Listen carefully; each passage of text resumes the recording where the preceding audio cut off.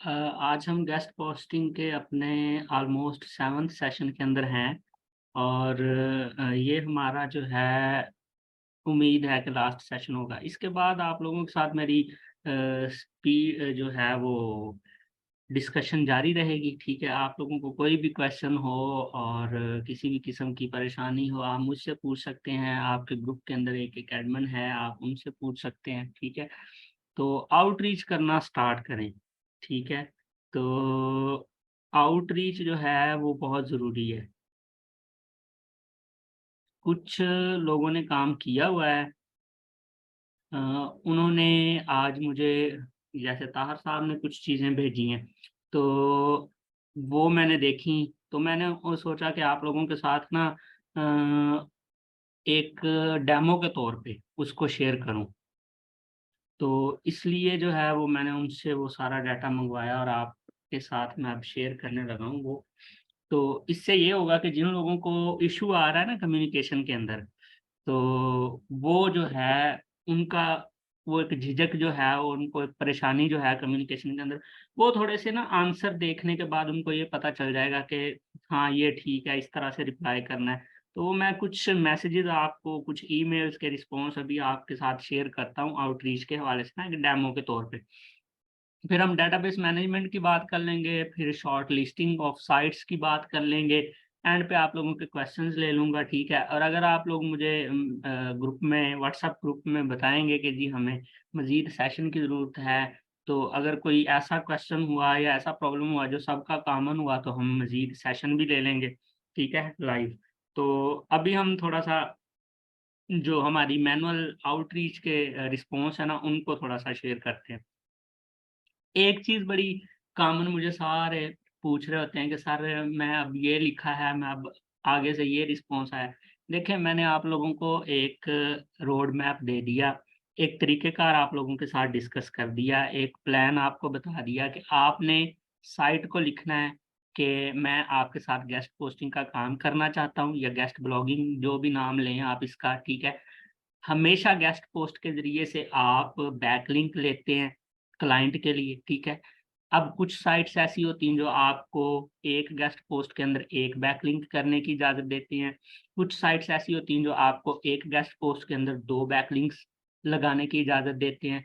Depends upon the rules and regulations defined by the owner of the site. So जो भी site owner है या team manager है या कुछ भी है जिसके साथ भी आपका, तो वो आपको ना प्रॉपर वे में गाइड करता है। मैंने अब तक जितने भी ईमेल्स का रिस्पॉन्स देखा है, सब में हर साइट वाला अपना एक बताता है कि यार ये तरीक़ेकार है हमारा, इस तरीके से हम गेस्ट पोस्टिंग जो है वो अलाउ करते हैं। ठीक है, तो हमें भी क्लियर हो जाता है कि इस साइट वाले का ये तरीक़ेकार है, तो इसके साथ हमने ऐसे चलना है। सो आप लोगों को ज़रूरत नहीं है बार-बार वो करने की कि इसको आगे क देखें, आपको, आपने मैसेज किया, आपने ईमेल किया, तो उस बंदे ने आपको रिस्पॉन्स दिया कि हम एक्सेप्ट करते हैं। ठीक है, एक पोस्ट के इतने पैसे हैं, लिंक इंसर्शन के इतने डॉलर्स हैं जी, अगर आप 2 लिंक लगाएँगे तो इतने डॉलर हैं। ठीक है, कुछ लोग आपको रिस्पॉन्स कर रहे होते हैं कि ईयरली आपको ये पे करना पड़ेगा, परमानेंट आपको ये पे करना पड़ेगा। ठीक है, अगर आप 4-5 इकट्ठी लेके आते हैं पोस्टें, तो हम आपको इतना डिस्काउंट दे देंगे। फिर वो नीचे लिख रहे होते हैं कि हम ये निश एक्सेप्ट करते हैं, ये नहीं करते। वो एक अपना पूरा आपको रिस्पॉन्स, अब आपको ये अंदाज़ा होना चाहिए कि मैं इस ये काम करना चाह रहा हूँ। सो मुझे इन चीज़ों से मसला नहीं है कि वो परमानेंट दे रहा है, वो ईयरली बेस पे आपको बैकलिंक दे रहा है, लिंक इंसर्शन का बता रहा है। देखें, हमें गेस्ट पोस्टिंग करनी है। अगेन क्लियर करें अपने माइंड में, गेस्ट पोस्टिंग के ज़रिए से क्लाइंट के लिए बैकलिंक लेना है। अच्छा, अब क्लाइंट ऐसे भी हो सकते हैं जो आपको कहें कि यार मैं तो, देखें, कोई कुछ लोग आते हैं इवेंट ब्लॉगिंग करने के लिए ना, इवेंट ब्लॉगिंग। वो कहते हैं जी मैंने गेस्ट पोस्ट करनी है। इवेंट ब्लॉगिंग क्या होती है? टाइम टू टाइम, जैसे 14 अगस्त से पहले ब्लॉग बना के आप उसके ज़रिए से कुछ सेल आउट करना चाहें। ठीक है? इसी तरह दिसंबर में क्रिसमस आता है, तो लोग उसको ग्रैब करने के लिए ब्लॉग्स बना के लोग चीज़ें सेल कर रहे होते हैं उनके ज़रिए से ना। तो अब क्लाइंट आता है, वो कहता है जी मुझे तो 1 महीने के लिए चाहिए। ऐसे भी आ जाते हैं, लेकिन ये रेयर केसेज़ हैं। ठीक है? लेकिन कुछ लोग आ जाते हैं कि जी हमें ये प्रोजेक्ट सिर्फ़ 1 ईयर इसको लेके चलना है, लिहाज़ा मुझे 1 साल के लिए गेस्ट पोस्ट चाहिए। कुछ आते हैं, ज़्यादातर जो हैं वो परमानेंट वाले होते हैं। या लिंक इंसर्शन वाले। तो आपके पास डिफरेंट सिनेरियोज जो है वो आ जाते हैं। तो आपको खुद ही अंदाजा हो जाना चाहिए कि इसने मुझे ये रिस्पॉन्स दिया है, हाँ मैं आगे इससे बात करूं और इससे मैं ये कहूं कि मुझे तो ऐसा है कि आपके साथ परमानेंट चलना है, लिहाजा मुझे रेट्स के बारे में बताएं कि आप मेरे साथ क्या डिस्काउंट करेंगे, ठीक है। या आप उसको उसके मिजाज के मुताबिक जिस तरह उसने बात की है उस तरह से आगे रिस्पॉन्स करें। फिर वो जो आपको आंसर दे कि जी हम नहीं देते, फिक्स प्राइस है, तो देखें अगर वो नहीं दे रहे, फिक्स प्राइस है, ऐसा कुछ सीन है, तो उसमें मैं तो कुछ नहीं कर सकता ना। फिर हम क्या करेंगे, उससे रिक्वेस्ट करेंगे, ठीक है। अगर वो कोई रिलैक्सेशन लेके आते हैं, वेल एंड गुड। अगर नहीं लेके आते और हमें पता है कि साइट अच्छी है, साइट की ट्रैफिक अच्छी है, रैंक्ड कीवर्ड्स अच्छे हैं और बाकी सारी चीजें उसकी बेहतरीन हैं जो हमें चाहिए, जो क्लाइंट को सेटिस्फाई कर सकती हैं, और फिर आपको वो ये भी कह रहे हैं कि आप 24 to 48 आवर्स हम आपका लिंक इंसर्ट कर देंगे, यू हैव टू पे टिल 72 आवर्स, यानी आप लिंक लगाने के 24 घंटे बाद तक पेमेंट दे सकते हैं, वरना रिमूव कर देंगे। तो वेल एंड गुड, आप क्लाइंट को चेक भी करवा सकते हैं। तो ये सारे फैक्टर्स जब आप अपने माइंड में रखेंगे तो आपको बार बार ये क्वेश्चन करने की जरूरत नहीं पड़ेगी कि हमें नेक्स्ट इस बंदे को क्या रिस्पॉन्स देना है, क्या जवाब देना है, ठीक है। सो आप लोग लाजमी इन चीज़ों को अब माइंड में रखें, बार बार आप लोगों को पूछने की ज़रूरत नहीं है, ठीक है। अगर वो फिर भी कहता है कि जनाब आपके तो रेट जो हैं वो मेरे साथ फिक्स चलेंगे, मैं आपको इस पे मज़ीद डिस्काउंट नहीं दे सकता, हम अलाउ ही नहीं करते, हमारे रूल्स हैं, तो ज़ाहिर बात है जिसके पास क्वालिटी ऑफ सर्विस होती है वो कभी भी लचक पैदा नहीं करता। जिसके पास साइट अच्छी क्वालिटी की होगी वो आपकी बात ही नहीं सुनेगा, वो आपको दूसरी ईमेल के ऊपर रिस्पॉन्स बैक ही नहीं करेगा। सो ये बात ज़हन में रखें कि जब रेट फिक्स है, वो नहीं डाउन कर रहा, तो भाई हमने नहीं उसको पे करना। हम जो पे करेंगे वो क्लाइंट से लेके पे करेंगे। तो देखें जिस तरह ये नहीं डाउन कर रहा, इस तरह हम भी क्लाइंट को नहीं डाउन करेंगे। तो जो एग्री होगा वही हमें ऑर्डर करेगा ना। तो उसमें से जब हमें बचेंगे तो हम आगे उनको पे कर देंगे। इसमें तो कोई इशू ही नहीं है कि अगला बंदा हमें रेट डाउन करता है या नहीं करता, वो एक अलग चीज है, वो एक अलग समरी है, ठीक है। हमने क्लाइंट से लेके उसको पे करना है, हमने पॉकेट से नहीं पे करना। अगर वो महंगी है तो भी क्लाइंट की मर्जी, अगर वो सस्ती है गेस्ट पोस्ट तो भी क्लाइंट की मर्जी। क्लाइंट चाहे, देखें हमने उसके सामने सैंपल रख देने, अगर वो चाहेगा तो उनको बाय कर लेगा, अगर वो नहीं चाहेगा तो वो छोड़ देगा उसको, दैट्स इट। हमने कौन सा उसको इंसिस्ट करना है कि नहीं नहीं भाई ये महंगी है तो कोई बात नहीं आप यही खरीदें। इट्स डिपेंड्स अपॉन आप एक बात और यहाँ से ये माइंड में रखें कि क्लाइंट कभी भी अपना जो है ना वो नुकसान नहीं करता, वो हमेशा उसी चीज को प्रेफर करता है जो उसे फायदा देती है, ठीक है। सो क्लाइंट ने कभी भी आप लोगों की मर्जी के ऊपर उसको बाय ही नहीं करना। आपने तो सैंपल्स देने हैं क्लाइंट को, उसने जब भी बाय करना है उसने अपनी मर्जी के ऊपर उसको बाय करना है, ठीक है। तो हम यहाँ पे ना रिस्पॉन्स देखते हैं थोड़े से। एंड मजे की बात यह है कि आप लोगों का काम इंतहाई आसान कर दिया इस चैट जीपीटी ने आके, ठीक है। इसलिए मैंने आपको थोड़ा सा चैट जीपीटी से लिखना, अब ताहर साहब ने तो सारे के सारे टिका के चैट जीपीटी से लिखवाए हैं, ठीक है। और इसी के जरिए से आगे फॉरवर्ड किए हैं। ये देखें जी, इनका ये पहला ईमेल है, इन्होंने किसी साइट को किया है। तो उन्होंने क्या किया जनाब, इनको रिस्पॉन्स बैक किया कि आई होप दिस ईमेल, ये सारा चैट जीपीटी का लिखा हुआ है, ठीक है। तो चैट जीपीटी के जरिए से इन्होंने लिखवाया और उसने यही लिखा कि मैं आपके साथ काम करने के लिए पैशनेट हूँ और मैं आपको जो है वो गेस्ट पोस्ट आपसे लूंगा फैशन की निश के अंदर, और आप जो हैं मुझे रिस्पॉन्स बैक करें, मैं सुनना चाहता हूँ इस सारे मामले में आप मुझे क्या रिस्पॉन्स बैक करते हैं, ठीक है जी। तो ये इनका पहला ई मैसेज या ईमेल जो आप कहते हैं इन्होंने किया साइट को। तो उन्होंने आगे आगे से ना इनको रिस्पॉन्स बैक किया है, यहाँ पे आप देख सकते हैं। तो उन्होंने कहा कि ये हमारी साइट है और हम जो है वो बैनर प्लेसमेंट भी ऑफर कर रहे हैं, guest post and link insertion. तो बैनर प्लेसमेंट जो है ये हमारे सेशंस के अंदर एक प्लस पॉइंट निकला था, ठीक है। और मैंने आपको बताया भी था कि बैनर प्लेसमेंट, अगर आप ऐसे लोग एग्जिस्ट करते हैं जो बैनर प्लेस करवाते हैं एज एडवर्टाइजमेंट, तो आप माइंड में रखें, जब आप क्लाइंट सर्च कर रहे होंगे या पोस्टिंग कर रहे होंगे फॉर क्लाइंट्स, तो आप बैनर प्लेसमेंट की बात लाजमी करें। आप लोगों को एक मैं मजीद मशवरा दे देता हूँ कि मैंने काफ़ी सारे ग्रुप्स फेसबुक और इंस्टाग्राम के ऊपर मैं बड़ी चीज़ें सर्च की हैं, लेकिन जहाँ पे भी देखा है मैंने लिंक इंजर्शन या guest posting, link इंजर्शन, guest posting, link इंजर्शन, मैंने बैनर प्लेसमेंट के बारे में बहुत कम, या आप कह लें कि 100 में से 10% आप कह लें कि पोस्टें लगी देखी हैं कि अगर किसी ने बैनर प्लेस करवाना हो। So if you have good rates from any site owners, आप भी जाके पोस्ट करें कि बैनर प्लेसमेंट के लिए अगर कोई आना चाहता है, ठीक है? तो एक सिनेरियो बनाएँ। एक पोस्ट में लिखें कि मैं फुटर का बैनर प्लेस करने के लिए इतने चार्ज कर रहा हूँ, मैं हेडर का बैनर प्लेस करने के लिए इतने चार्ज कर रहा हूँ एंड व्हाटएवर। और इससे आप जो है वो अच्छा कमा सकते हैं मेरे ख़्याल में, क्योंकि बैनर प्लेसमेंट जो है ये थोड़ी-सी गेस्ट पोस्टिंग से यूनिक चीज़ हो जाती है, और इसके ऊपर जो है वो, क्योंकि ये बैनर जो है वो सामने नज़र आना होता है हर बंदे को, तो इसके ज़रिए से ज़्यादा कंपनी को फ़ायदा हो सकता है। ऐसी कंपनीज़ हैं जो बैनर प्लेसमेंट करवाती हैं, ज़हन में रखें, हमें उन्हें ढूँढना है, ठीक है? और ढूँढ के उनसे पैसे लेने और बैनर लगवाने, ठीक है? तो इस आउटरीच के साथ वो साइट्स जो आपको बैनर प्लेसमेंट का बताएँ, उनको भी आप अपने पास लिस्ट करते जाएँ, अपने डाटा को सॉर्ट आउट करते जाएँ। तो इन्होंने कहा जी कि हम 1 ईयर के लिए आपको $60 पर पोस्ट चार्ज करेंगे, और 2 इयर्स के लिए हम $120 पर पोस्ट चार्ज करेंगे, एंड परमानेंट 300 पर पोस्ट चार्जेस, ठीक है? नहीं, ये पर पोस्ट नहीं लिखा हुआ, मेरे ख्याल में ये पेपाल चार्जेस लिखा हुआ है। अच्छा, ठीक है, ये पेपाल की फीस की बात कर रहे हैं कि पेपाल की फीस जो है, वो भी आपने देनी है इसके ऊपर जितनी बनेगी।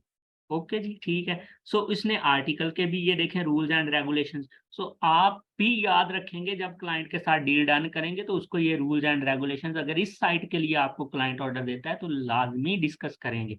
ये ना हो कि बाद में वो इन रूल्स पे पूरा ना उतरे और आप क्लाइंट के लिए काम ना पूरा कर सकें, तो फिर फ़ायदा नहीं होता, ऑर्डर्स कैंसल होते हैं, और आपका इमेज जो है वो मार्केट में, जो आपकी प्रोफ़ाइल है या जो पोर्टफ़ोलियो है या जो आपका वो एक स्केच बन रहा था लोगों के, वो ख़राब होता है। लोग आपको रिकमेंड नहीं करते दूसरे लोगों को, ठीक है?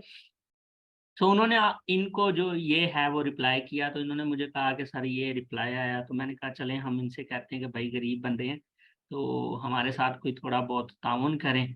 तो इन्होंने कहा कि I am writing to inquire about the possibility of negotiation a better rate. अच्छा, नेगोशिएटिंग ए बेटर, अब देखें ये भी चैट जीपीटी का लिखा हुआ है, ठीक है? कितने कमाल की चीज़ है चैट जीपीटी, आपकी कम्युनिकेशन को आसान बनाता है। इन्होंने लिखा कि मैं आपके साथ काम करना चाहता हूँ और ये एक अच्छी अपॉर्च्युनिटी है, सो आप मेरे साथ नेगोशिएट करें ताकि हम जो है वो अच्छा काम आगे प्रमोट कर सकें। तो अब नेक्स्ट हमारे पास क्या आता है कि उन्होंने हमें रिस्पॉन्स बैक किया और उन्होंने कहा कि ठीक है जी, हम आपके लिए 60 वाले को 55 कर लेते हैं प्लस पेपाल फीस, ठीक है?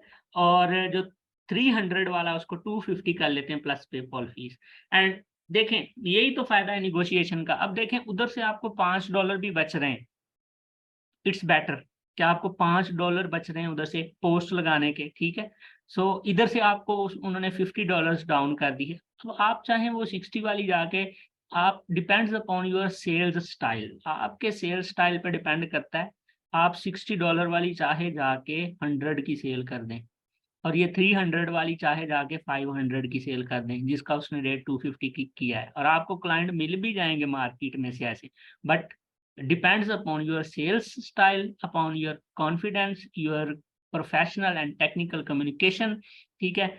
आपकी बात से अगला बंदा जज करेगा कि ये क्या चीज़ है, ठीक है? और आप ये जो है वो सेल कर सकते हैं, ठीक है?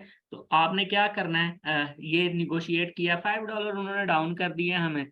सो एज़ अ रीसेलर आपको अगर $5 भी यहाँ से बचते हैं तो you can count $5 are equal to 1600 plus something. अगर एक भी ऑर्डर हमारा लगता है तो अल्लाह के बंदो मेरे ख़्याल में ये एक बेहतरीन चीज़ है। 1500-1600 पर डे अगर आप कमाना शुरू कर देते हैं इन द बिगिनिंग, ठीक है? वैसे जैसे-जैसे आपके पास ये बढ़ता जाएगा, डेटाबेस नंबर और लिस्ट ऑफ साइट्स इंक्रीज़ होती जाएँगी। जैसे-जैसे आप 2-3 महीने काम कर लेंगे लोगों के साथ, अब आपके पास रिपीटिंग क्लाइंट भी आना शुरू कर देंगे जिनके पास साथ आपने अच्छा काम किया होगा। सो इब्तदा में महीना 1.5 महीना आपको क्लाइंट बनाने में, हो सकता है पहला क्लाइंट बनाने में 2 महीने लग जाए। लेकिन जब आप कोई 8, 10, 15 क्लाइंट्स के साथ काम कर लेंगे, देन आपके पास नए क्लाइंट्स भी आते रहेंगे और जो आपके प्रीवियस क्लाइंट्स हैं, वो भी रिपीटिंगली आपके पास आते रहेंगे। और क्लाइंट का रिपीट होना फ्रीलांसिंग की फील्ड के अंदर ये बेहतरीन सक्सेस फैक्टर है कि आप कामयाब हैं, कि क्लाइंट आपकी तरफ रिपीट हो रहा है। इट्स मीन ये रिफ्लेक्ट करता है कि आपके जो वर्क क्वालिटी है वो दी बेस्ट है, क्लाइंट आपसे सैटिस्फाइड है, दैट्स व्हाई उसको अपनी प्राइस या कॉस्ट की भी फ़िक्र नहीं है, वो आपको रीहायर करना चाहता है। तो ये एक बेहतरीन सक्सेस फैक्टर है। Keep it in your mind कि हमारे पास क्लाइंट्स जो हैं वो रिपीटेडली आने चाहिए, ठीक है? तो जब आप 10-15 क्लाइंट्स के साथ काम कर लेंगे, देन आपको नए तो आपने ढूँढते रहना है, आउटरीच भी नहीं छोड़नी, नए क्लाइंट भी नहीं छोड़ने। प्रीवियस क्लाइंट्स जो हैं वो आपको रिपीटेडली वर्क देते रहेंगे। हो सकता है महीने में 1 आ जाए, 2 आ जाएँ, 4 आ जाएँ, depends upon the work flow in the market. हो सकता है आपके पास 5 क्लाइंट रिपीटेडली आ जाएँ। तो जैसे-जैसे the number of jobs and clients increase होती जाएगी आपके पास, वैसे-वैसे आपकी इनकम जो है वो इंशाल्लाह स्टेबल होना शुरू हो जाएगी, ठीक है? तो ये एक चीज़ यहाँ पे हमारी डील जी उसके साथ डन हुई। फिर हमने इसको जो है वो रिप्लाई किया। क्या रिप्लाई किया हमने? ये वाला नहीं था। ये तो हमने उसे रेट दिया था ना कि 40 कर लो और 220 कर लो। उसने कहा जी नहीं, हम इतना ज़्यादा नहीं कर सकते। तो फिर हमने उसे क्या कहा, ये उसने हमें सॉरी का मैसेज किया कि नहीं, इससे कम नहीं हो सकता, जो रेट दे दिया है ये फाइनल है, इससे ज़्यादा नहीं कम कर सकते हम। सो हमने उसे क्या कहा फिर, पता नहीं फिर हमने उसे कहा कि ठीक है जी, अगर आप इन्होंने मुझे बताया कि सर वो ना नहीं डाउन कर रहा। तो मैंने कहा कि ठीक है, अगर वो नहीं डाउन कर रहा तो नो इशू। हमने तो क्लाइंट से लेके उसको देने हैं पैसे, तो क्लाइंट राजी होगा तो उधर ऑर्डर करेंगे, अगर नहीं राजी होगा तो नहीं करेंगे, दैट्स इट, बात खत्म। सो ठीक है, जहाँ पे ये डन कर रहा है ओके, कोई मसला ही नहीं है, ठीक है। फिर ये एक नई साइट के साथ इन्होंने जो है वो न्यूज़ साइट है, इसके साथ इन्होंने राब्ता किया। तो उन्होंने कुछ अपनी साइट के स्टैट्स भी भेजे कि हमारे पास जो सर्च कंसोल का क्लिक हैं ओवरऑल वो 181 के, यानी 181,000, ठीक है, 1,81,000, ये इतने हैं तकरीबन। इम्प्रेशंस 4 मिलियन के करीब हैं। गूगल एनालिटिक्स 191 के सेशंस एंड न्यू यूज़र 151। ये बहुत अच्छा वो ट्रैफिक रेट इन्होंने एक बताया। एंड उन्होंने कहा कि we will accept the 1000+ words unique and informative content with one do follow backlink, ठीक है। और उन्होंने कहा कि हम $60 जो है वो आपसे चार्ज करेंगे एक बैकलिंक के ऊपर। और सारे के सारे आप ये देखेंगे कि आपको पेमेंट के लिए पेपाल का ही बोल रहे हैं, ठीक है। और उसने कहा payment will be sorted with in 3 days after posting, कि हम पोस्ट जब कर देंगे तो 3 दिनों के अंदर अंदर आपने पेमेंट करनी है। और ये सारे ही इसी तरह की बताते हैं आपको सिनेरियो। उसकी रीज़न क्या है कि आप सैटिस्फाई हो जाएँ, लिंक की प्लेसमेंट देख लें, कुछ रीसेलर्स जो हैं वो अपने क्लाइंट तक उस चीज़ को पहुँचा दें, तो उसके बाद आपको ये जो हो जाता है कि एक एक वो हो जाता है कि हमारा जो लिंक है वो लाइव है, तो क्लाइंट को भी सैटिस्फैक्शन हो जाती है, दैट्स व्हाई आप इसको कंटिन्यू कर सकते हैं और पेमेंट दे सकते हैं। ये वाली जो निशेज़ है ना, CBD, gaming, gambling, casino, adult, escort, etc, इनको हर बेहतरीन साइट बैन ही रखती है, ठीक है? और इंग्लिश के अलावा दूसरे एंकर टेक्स्ट जो हैं उनको ज़्यादातर साइट्स जो हैं वो एक्सेप्ट नहीं करती। सही है जी? यहाँ तक आप लोगों को मेरे ख़्याल में चीज़ें क्लियर होंगी। अब एक और बात, ये जो मैंने दोनों साइट्स ताहिर भाई की आप लोगों के साथ शेयर कर दी हैं लाइव स्क्रीन के ऊपर, अब सारे जाके इनको ना ईमेल करने शुरू कर देना, ये तो वैसे ही आपके पास डेटाबेस में आ जानी, तो आप इनके ऊपर पोस्टिंग कर सकते हैं, ठीक है? इनको जो है जाके ईमेल करने की ज़रूरत नहीं है, ठीक है? सारे जाके ये ना हो कि इन्हीं वेबसाइट्स के ऊपर ईमेल करना शुरू कर दें कि हमें भी दे दो, हमें भी दे, ये हमें ऑलरेडी डेटाबेस के अंदर ताहिर साहब ने मेहनत करके निकाल ली है। ये आपको वैसे ही मिल जानी है। इनके लिए अगर ला सकते हैं तो क्लाइंट लेके आएँ, ठीक है? सो मैंने आप लोगों के साथ ये एक सिनेरियो शेयर कर दिया जिसमें हमने थोड़ा-सा कम्युनिकेशन को देखा कि हमने क्लाइंट के साथ कैसे चलाई। सो यही कोई 4, 5, 6 ईमेल्स के अंदर आप डन कर सकते हैं कि जनाब हमने आपके साथ ये काम करना है, ठीक है। सो ये आउटरीच का हमारा एक डेमो था जो मैंने आप लोगों के साथ शेयर किया। उम्मीद है इससे काफ़ी सारे लोगों के काफ़ी सारे क्वेश्चंस जो हैं वो सॉल्व हो गए होंगे, ठीक है जी। नेक्स्ट हमारे पास आ जाती है बात, वो है डेटाबेस मैनेजमेंट की। अब डेटाबेस में किस चीज़ को कहता हूँ, चाहे तो आप गूगल में चले जाएं, वहां पे जाके लाइव एक्सेल की शीट बनाएं, मैं थोड़ा सा आप लोगों को बता देता हूँ, ठीक है। लेकिन एक फाइनल शीट जो है वो मैं भी बनाऊंगा गूगल की, ठीक है, जिसके अंदर आप सब लोग अपनी वेबसाइट्स को ऐड करेंगे। थोड़ा सा करें कैसे, आप यहाँ पे आ जाएं गूगल क्रोम के अंदर, सिंपली ये आप लोगों के पास गूगल एप्स का ऑप्शन होता है, यहाँ पे आ जाएं, इसको स्क्रॉल डाउन करें और ये गूगल शीट्स आपके पास जो है वो होता है ऑप्शन। इस पे जैसे ही आप क्लिक करेंगे आपको इस तरह का इंटरफेस जो है वो देखने को मिल जाता है गूगल शीट्स का। So here you can select blank, यानी कुछ भी नहीं होता, यहाँ से आप ब्लैंक शीट जो है वो सिलेक्ट कर सकते हैं, ठीक है। तो जैसे ही आप इस पे क्लिक करेंगे तो इस तरह से शीट एक आपके पास ओपन हो जाएगी। आप यहाँ पे क्या करें, नंबर लिखें, वेबसाइट का यूआरएल का सेक्शन बनाएं, कॉलम बनाएं, ट्रैफिक का कॉलम बनाएं, कीवर्ड रैंक्ड कीवर्ड का कॉलम बनाएं, डोमेन अथॉरिटी का बनाएं, स्पैम स्कोर का बनाएं, ठीक है। उसके बाद लिंक अलाउड, ठीक है। इसका मतलब है कि ये मैं लिख रहा हूँ कि मुझे कितने लिंक अलाउ होंगे विद इन वन पोस्ट, ठीक है। उसके बाद आप लोग यहाँ पे लिखें मैक्स वर्ड्स, कि मुझे कितने वर्ड्स का मैक्सिमम या मिनिमम लिख लें या मैक्सिमम लिख लें, ताकि आपको अंदाजा रहे कि हमें कितने वर्ड का आर्टिकल अलाउ है जो हम कर सकते हैं मिनिमम, ठीक है, एक पोस्ट के एक बैकलिंक के लिए, ठीक है। तो इससे ज्यादा होगा तो नो इशू, ठीक है। उसके बाद आप लोग यहाँ पे मेंशन कर लें लैंग्वेज के, साइट की जो है वो लैंग्वेज कौन सी होगी। मैं अगेन आप लोगों को बता रहा हूँ, हमने मैक्सिमम कोशिश यही करनी है कि हमने इंग्लिश वाली जो साइट्स हैं उनको टारगेट करना है, उन पे काम करना है, तो हमें इंग्लिश वाली ही साइट्स चाहिए, ठीक है। उसके बाद यहाँ पे हम निश सिलेक्ट कर लेते हैं कि जो साइट है जो हम फाइनल कर रहे हैं उसकी निश क्या होगी। इधर वो टेक्नोलॉजी से है, वो फैशन से है, वो वेट लॉस से है, वो पेट्स से है, वो गार्डनिंग से है, वो किस चीज से है, वो सारा यहाँ पे हम मेंशन करेंगे। इफ एनी साइट जो आपको मल्टीपल निशेस दे रही है, आपको यहाँ पे लिखने की जरूरत नहीं है कि इस उसकी अलग अलग सारी निशेस को फाइनल करें या फाइनलाइज करें, तो आप यहाँ पे सिंपली लिख दें जर्नल, ठीक है। तो जनरल है वो हमारी, उससे आपको ये अंदाजा देगा कि सारी निशेज हैं, लेकिन सीबीडी, अडल्ट साइट्स, एस्कॉर्ट और इस तरह की जो दूसरी हैं वो यहाँ पे अलाउड नहीं है, सही है। और इसके बाद एट द एंड आप लिखेंगे यहाँ पे रेट। अब ये आप बनाएंगे दो शीट्स, एक होगी आपकी पर्सनल, ठीक है, और एक होगी हमारे पास जो पब्लिक कोड, ठीक है। यहाँ पे हम रेट या प्राइस मेंशन करते हैं इसकी, ठीक है, और यहाँ पे मेथड मेंशन करेंगे कि मेथड हमें क्या चाहिए। तो मेथड के अंदर मैं यहाँ पे लिखूंगा कि मुझे वाया पेपाल पेमेंट चाहिए, और रेट मिसाल के तौर पे जैसे तार साहब की वो मैंने आप लोगों के साथ शेयर की कि उन्होंने कहा कि हमें $300 पे देना है आपको लिंक इंजर्शन, परमानेंट लिंक्स जो है परमानेंट पोस्टिंग $300। बाद में हमने जब उनके साथ निगोशिएशन की तो हमें पता चला कि वो मुझे मिल गई है $250 के ऊपर, सही है। ये रेट मेरा उसके साथ डन हो गया, $250 उसके साथ डन हो गए। अब मैंने चूंकि इसको फायदे के साथ बेचना है, प्लस इस पे पेपाल की फीस भी है, तो पेपाल की फीस आप स्टैंडर्ड चार्जेस जो है वो इंटरनेट से देख सकते हैं कि कितने हैं। वो 100 के ऊपर मेरे ख्याल में 4.5% होता है, यानी $4 बनते हैं, तो $100 के ऊपर।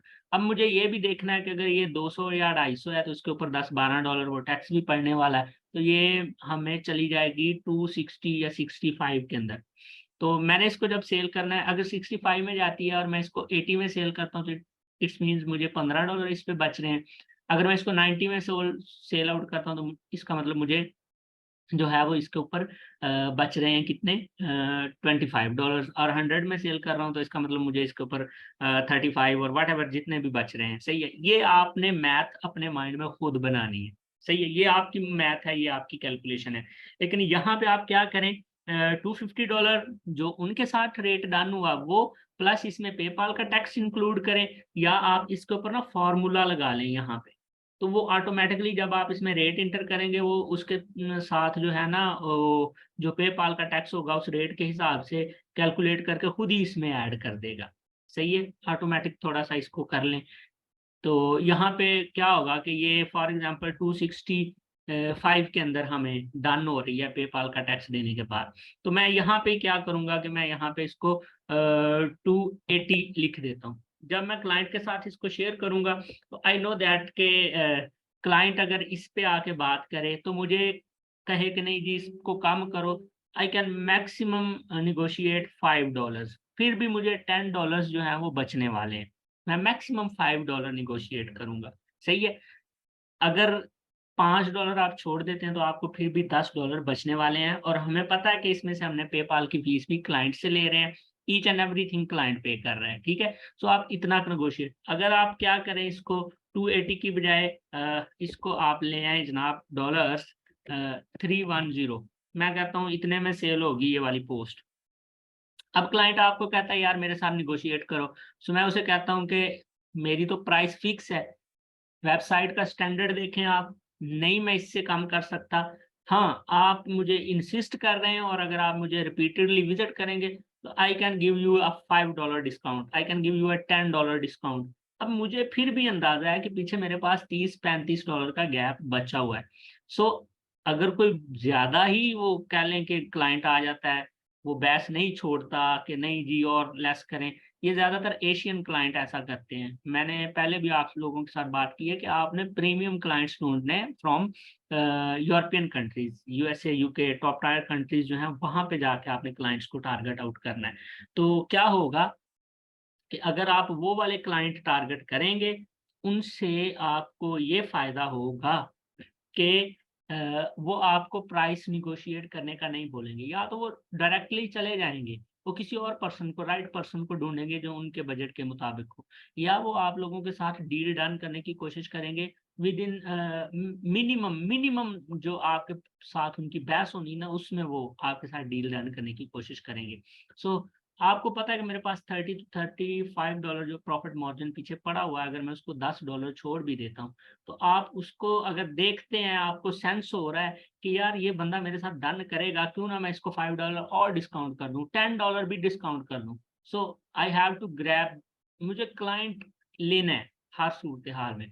तो मैं अपने मार्जिन को थोड़ा-सा डाउन कर लूँगा, लाज़मी नहीं कि मुझे एक से ही 35 कमाने, तो मैं उससे 20 कमा लूँगा, $20 कमा लूँगा, मैं 15 किसी और से कमा लूँगा, लेकिन उसका ट्रस्ट ले लूँगा, एक दफ़ा उससे पेमेंट लेके उसको काम कर दूँगा, ठीक है? अगर वो सैटिस्फाइड होता है तो मेबी वो रिपीटेडली आता रहे बार-बार आपके पास, बार-बार आता रहे। तो फर्स्ट टाइम 35 पे अड़ जाना, रुक जाना कि नहीं जी 35 ही लेने, ये गलत है। अगर आप उसको क्वालिटी वर्क प्रोवाइड करेंगे तो हो सकता है वो नेक्स्ट टाइम आके आपको $10 मतलब 35 की बजाय 45 पे करके चला जाए या 55 पे करके चला जाए। So it's a good math आप कह सकते हैं कि क्लाइंट को उसकी साइकोलॉजी पे जाके टारगेट करना है आप लोगों ने और उसके साथ ऐसे डील बनाने की कोशिश करनी है कि फर्स्ट टाइम अगर आपका मार्जिन कम भी होता है, आपको यार 8, 9, $10 भी बच जाएँगे तो इट्स इनफ बहुत है, ठीक है?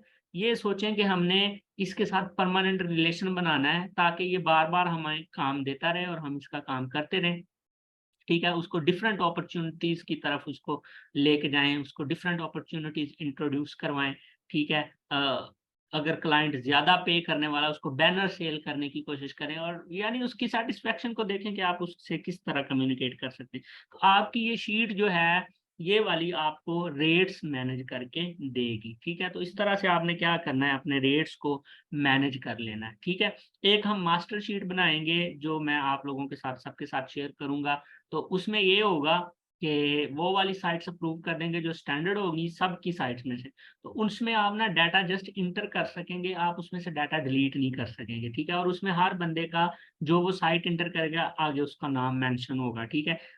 जब वो वाली शीट में से लोगों को यानी दूसरे लोग अगर कोई क्लाइंट ले लेते हैं, तो जिस साइट पे क्लाइंट मिलेगा कि क्लाइंट सेलेक्ट करे कि मैंने इस साइट पे बैकलिंक लेना है, तो हम उस जो कंसर्न्ड पर्सन है जिसकी उस साइट वालों के साथ बात हुई है उसको रेफर कर देंगे कि भाई ये पेमेंट प्लान है हमारा, तो आप जो है वो ऑर्डर फुलफिल करवा दें। आपको हम $2 $3 यानी अपनी कम्युनिटी के साथ तो आपने इसी तरह से जो आप लोगों के साथ मिल के बाकी लोग काम कर रहे हैं, उनके साथ इसी तरह से कोऑपरेट करना है और हमने उनके ऑर्डर्स को फुलफिल करवाना है। सो मैनेज आउट करना है इन चीज़ों को बेहतरीन तरीके से, ठीक है? अपनी साइट्स जो फाइनल होती जाए, पहले एक लोकल शीट बनाएँ, उसमें रखें, ठीक है? फिर आप एक मास्टर शीट क्रिएट कर लें, उसमें वो सारी साइट्स रखें जो आप क्लाइंट को शो कर सकें और वहाँ पे अपने रेट भी उसी हिसाब से आप लोगों ने एडजस्ट कर लेने हैं, ठीक है? सो जब भी आप किसी क्लाइंट से बात करेंगे, वो कहेगा आपसे कि भई सेंड मी योर वो लिस्ट लिस्ट ऑफ वेबसाइट्स। पहली बात आपको बता दूँ, डायरेक्ट किसी बंदे को आप लोगों ने ये सारी लिस्ट उठा के नहीं सेंड कर देनी कि उसने मुझसे सारी लिस्ट माँगी थी, तो मैंने उसे लिंक दे दिया कि यार ये लो लिंक और देख लो मेरी वेबसाइट्स में से जो आपको पसंद आती है उसमें से, उस पे मैं आपको लिंक लगवा देता हूँ। No, not at all.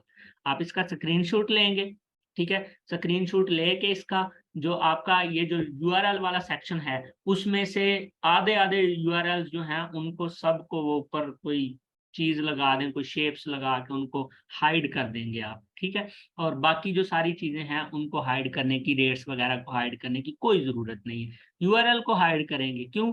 बाज़ दफ़ा ऐसे-ऐसे पाकिस्तानी बैठे हैं और एशियन दूसरे जो बैठे हुए हैं, वो आपसे आके शीट लेते हैं, तो लेने के बाद वो डायरेक्ट साइट के साथ डायरेक्ट हो जाते हैं, आओ भई, उधर से लेके आते हैं हम। तो वो जाके उधर से फिर आपको मेहनत करने का, खपने का फ़ायदा नहीं होता। लेकिन अगेन माइंड में रखें, जो प्रीमियम क्लाइंट्स हैं, जो आपको टॉप टायर कंट्रीज़ में से मिलेंगे, वो ऐसा नहीं करते। वो आपसे शीट लेंगे, उसमें से बात करने की कोशिश करेंगे आपसे कि यार मुझे इसके ऊपर डन करें, ठीक है? वो नहीं खपते, वो अपना टाइम वेस्ट नहीं करते, वो कंसर्न्ड पर्सन से काम करवा के अपने प्रोजेक्ट में क्वालिटी लेके आते हैं, ठीक है? सो हमेशा क्वालिटी तब भी आती है कि एक बंदा किसी एक स्पेसिफिक काम के अंदर अपनी स्किल को मजबूत करे, ठीक है? एक ही बंदे को आप गेस्ट पोस्टिंग भी सिखा दें, उसी को आप जनाब ऑन पेज एसईओ भी सिखा दें, उसी को आप फेसबुक एड्स भी सिखा दें, उसी को लिंक्डइन ऑप्टिमाइज़ेशन भी सिखा दें, उसी को तो वो किसी भी काम को क्वालिटी के साथ नहीं कर सकेगा, ठीक है? वो हमेशा वो कभी उस तरफ तवज्जो करेगा, कभी उस तरफ तवज्जो करेगा, तो वो कभी भी किसी एक स्पेसिफिक चीज़ के अंदर एक्सपर्ट नहीं हो पाएगा। तो अगर आप लोगों ने ये चाहते हैं कि आपकी प्रोफ़ाइल किसी स्पेसिफिक ख़ास निश के ऊपर बने और आप उसके अंदर कामयाब हों और आपका एक नाम हो, तो आप वहाँ पे एक ग्राउंड यानी वो बनाना चाहें, एक एरिया बनाना चाहें, अपनी एक कम्युनिटी जनरेट करना चाहें जिनके साथ आप बिज़नेस कर सकें, तो किसी एक स्पेसिफिक निश के अंदर अपना टाइम लगाएँ, उस निश के अंदर खपें, उसकी टेक्निकल चीज़ों को सीखें, उसके प्रोज़ एंड कॉन्स और उसकी मार्केट वैल्यू को देखें और फिर उसके जो अपडेट्स आ रही हैं, उनको देखें। सारा कुछ देखने के बाद सारी चीज़ें और फिर उसमें अपनी स्किल्स को पॉलिश करें, इतना पॉलिश करें कि आप जो उस स्किल के मास्टर लोग हैं, उनके लेवल की बात करें, उनके लेवल तक जाके लोगों को सैटिस्फाई करें अपने क्लाइंट्स को और उस लेवल की सर्विस प्रोवाइड करना शुरू करें, ताकि लोगों का आपके ऊपर ट्रस्ट बने, ठीक है? आहिस्ता-आहिस्ता आप भी एक दिन उस लेवल पे पहुँच जाएँगे, ठीक है? So if you want to be an expert of any specific niche, do spend your time on that specific niche for a specific time period, ठीक है? एक टाइम लगाएँ उसके ऊपर ताकि आप उसकी सारी टेक्निकल चीज़ों को ऑब्ज़र्व कर सकें और जब आप उसके ऊपर बात करें क्लाइंट से, तो क्लाइंट आपकी टेक्निकल लैंग्वेज से समझ जाए, आपकी जो टेक्निकल टर्म्स उसमें यूज़ करें क्लाइंट को सैटिस्फाई करने के लिए, उससे समझ आए कि he is the right person. ये वो राइट पर्सन है जिसके साथ मैंने बात करनी है, यही वो राइट पर्सन है जिसके साथ मैंने जो है वो अपने आप को लेके चलना है। सही है जी? यहाँ तक उम्मीद है आप लोगों को ये सारी बात अच्छे से क्लियर हो गई होगी, ठीक है?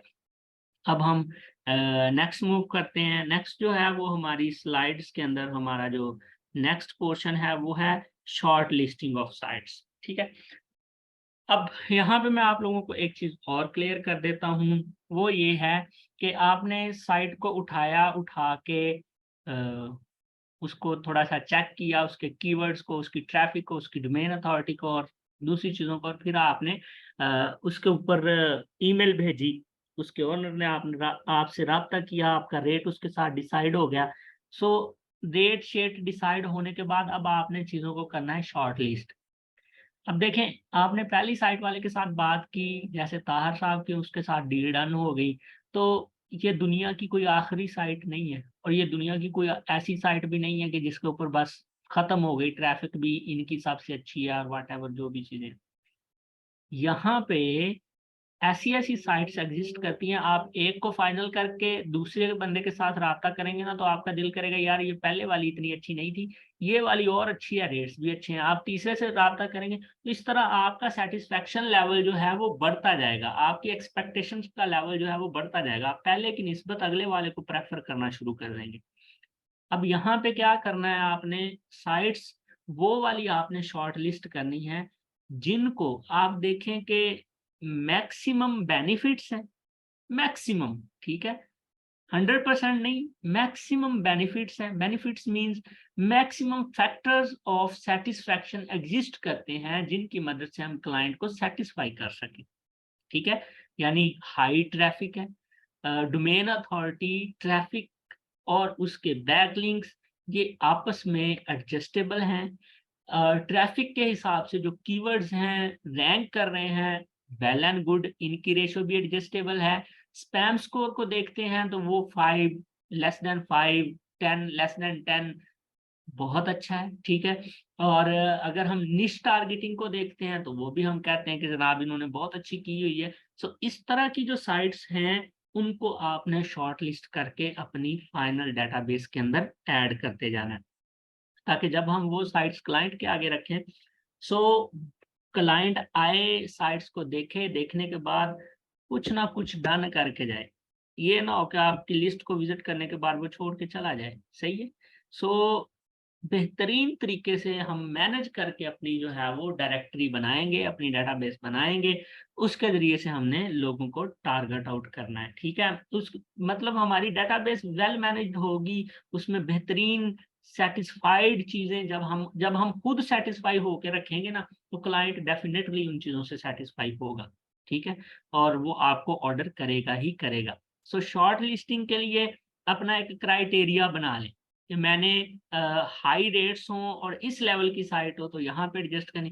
फिर जब आपके पास वो 2 सेक्शन बन जाएँ, एक लो रेट्स वाली, एक हाई रेट्स वाली, और क्लाइंट आपके साथ आके कम्युनिकेशन करे, तो आप जज कर सकते हैं कि मैंने इसको कौन से सेक्शन वाली साइट्स जो हैं वो डिस्प्ले करवानी है और इस बंदे से किस सेक्शन वाली साइट्स के ऊपर ऑर्डर्स लेने, ठीक है? तो इस तरह आपको आसानी हो जाएगी काम करने के अंदर। तो शॉर्ट लिस्ट अपनी साइट्स को depending upon their traffic, depending upon their ranking keywords, spam score, depending upon their domain authority, age and different factors as much as you can apply, उसको करके फिर आप उसको जो है वो शॉर्ट लिस्ट करके अपनी वो डायरेक्टरी बनाना शुरू कर दें, ठीक है? अल्लाह के बंदो, एड से जो है उसके ऊपर हमने एक मुकम्मल गाइड ली है, ठीक है? वही कुछ था उसके अंदर, एडसे के अंदर। लेकिन एडसे के ऊपर आपको वो सारी साइट्स नहीं मिलती जो बेहतरीन पोस्टिंग्स जो हैं वो सेल करें। अब एडसे के ऊपर आपको एक भी साइट ऐसी नहीं मिलेगी जो आप जिस पे जाके आप बैनर प्लेसमेंट कर सकें। व्हाई? बिकॉज़ वो सारी कंटेंट प्लेसमेंट का प्लेटफ़ॉर्म है, वो प्लेटफ़ॉर्म ही कंटेंट प्लेसमेंट का। अब कुछ वेबसाइट्स ऐसी भी एग्ज़िस्ट करती होंगी जो आपको शॉर्ट वीडियो ऐड जो है वो लगाने के वो चार्ज करती होंगी, and people are willing to pay for a short video ad. लोग बहुत हाई लेवल पे मौजूद हैं और एक लार्ज नंबर आप कह सकते हैं कि clients exist in the market जो विलिंग हैं कि हम वीडियो ऐड वो डिस्प्ले करवाएं किसी साइट के ऊपर और उसके ऊपर हम पे करें। इफ साइट अच्छी है, उसकी ट्रैफिक अच्छी है और उसकी कन्वर्जन्स अच्छी हैं, तो अगर एक बंदा $500,000 पर मंथ वीडियो ऐड के लिए पे करता है, तो वो उस $1,500 जो उसने इन्वेस्ट किया उसके बेस पे बहुत अच्छा अर्न भी कर लेता है, ठीक है? सो लोगों को इस चीज़ से कोई इश्यू नहीं है। लोगों को अगर इश्यू है तो वो इस चीज़ से है कि उनको क्वालिटी ऑफ वर्क मिलना चाहिए। So keep it in your mind कि आपने डिफरेंट डाइवर्सिटीज को जहन में रखना है काम करते हुए। Diversities means we are not only guest poster और गेस्ट पोस्टिंग सर्विस प्रोवाइडर्स। हमें अल्लाह ताला ने अक्ल दी है और हमें डिफरेंट अपॉर्चुनिटीज को एक्सप्लोर आउट करना है। वो अपॉर्चुनिटीज हैं क्या कि regardless of guest posting or guest blogging or providing the service of a guest poster or guest blogger, we have different opportunities like to paste a video ad, like to paste a banner। ठीक है, ये 2 3 4 चीजें ये हमें इस course के अंदर नजर आई हैं कि ये जो है वो हम काम कर सकते हैं। लिंक एक्सचेंज जो हो गए, ठीक है। सो इस एक स्पेसिफिक निश के अंदर हमारे पास there are 3 to 4 ways to earn, ठीक है, in different styles to target different styles of clients. आप कह सकते हैं कि हमारे पास मौजूद है जिनको हम टारगेट कर सकते हैं, ठीक है। सो आप इसके जरिए से, इस मैनुअल आउटरीच के जरिए से देखें, एडसे के ऊपर आपको नहीं मिलेगा कि you can paste a banner in our footer section, in our header section, और you can paste a banner in the middle of any specific article, और you can send us a video banner और video ad. तो यहाँ वहां पे आपको ये चीज नहीं मिलने वाली एडसे के ऊपर। ये आप लोगों की मेहनत का एक्स्ट्रा कह लें कि जो नेक्स्ट लेवल है, और आप इन क्लाइंट्स को भी लेके इनसे अच्छा खासा चार्ज कर सकते हैं, ठीक है। तो उम्मीद करता हूँ कि आपको ये चीज भी समझ आ गई होगी कि we have to work in different diversities, we have to shortlist our outreach sites on their maximum number of benefited factors।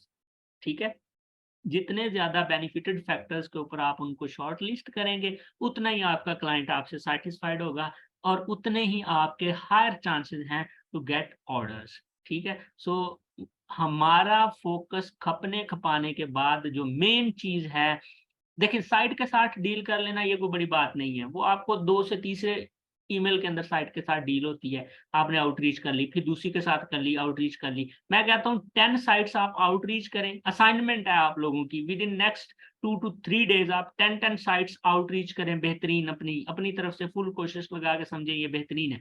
उनको आउटरीच करें।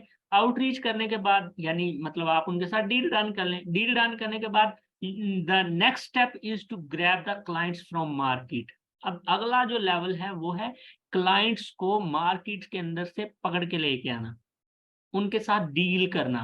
आउटरीच करते रहेंगे तो हम कभी भी अर्न नहीं कर सकेंगे।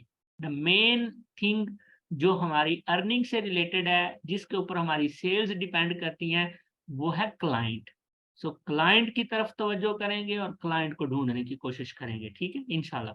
सो आज के सेक्शन के अंदर जो सेशन हमने लिया है, इसके अंदर मैंने आप लोगों को मैनुअल आउटरीच का थोड़ा सा डेमो दे दिया within 3 to 4 simple replies written by ChatGPT. सही है। अगेन जिस तरह से क्लाइंट, वो वेबसाइट ओनर आपसे बात कर रहा है, आप उसी तरह से उसके साथ बात करें। आपको किसी से पूछने की जरूरत नहीं है। You are going to deal, आप उसके साथ डील डन करने वाले हैं, पहली चीज, ठीक है। दूसरी चीज, आप डील डन करने के बाद अपनी डेटाबेस मैनेज करेंगे। उसके लिए रेट्स का सेटिंग करनी, वो मैंने आप लोगों को बता दी है। थर्ड थिंग हमारे पास जो है वो शॉर्ट लिस्टिंग है। Depending upon rates and different factors, जो मैक्सिमम बेनिफिटेड फैक्टर्स होंगे उनके ऊपर आप शॉर्ट लिस्ट करेंगे, ठीक है। साथ आपके मैंने वो शेयर कर दिए different factors and different diversities of earning, जहां से हम जो है वो कुछ अर्निंग स्ट्रीम जनरेट कर सकते हैं। मिसाल के तौर पे जैसे मैंने आप लोगों को बैनर पेस्टिंग की बात की, जैसे आपको वीडियो ऐड की बात की, इसी तरह डिफरेंट और भी चीजें हैं जो लोग लाजमी करने के लिए विलिंग होते हैं, ठीक है। अब इस सारे सेशन से रिलेटेड आप लोगों का कोई क्वेश्चन है? Anyone have any question you can ask, आप लोग पूछ सकते हैं। कोई भी किसी का कोई क्वेश्चन हो तो आप मुझसे पूछ सकते हैं, ठीक है। सो आज यहाँ पे हमारा ये जो है वो ट्रेनिंग का सिलसिला खत्म हुआ। आपको एक रास्ता दे दिया, ट्रैक दे दिया। नाउ आपकी जर्नी है।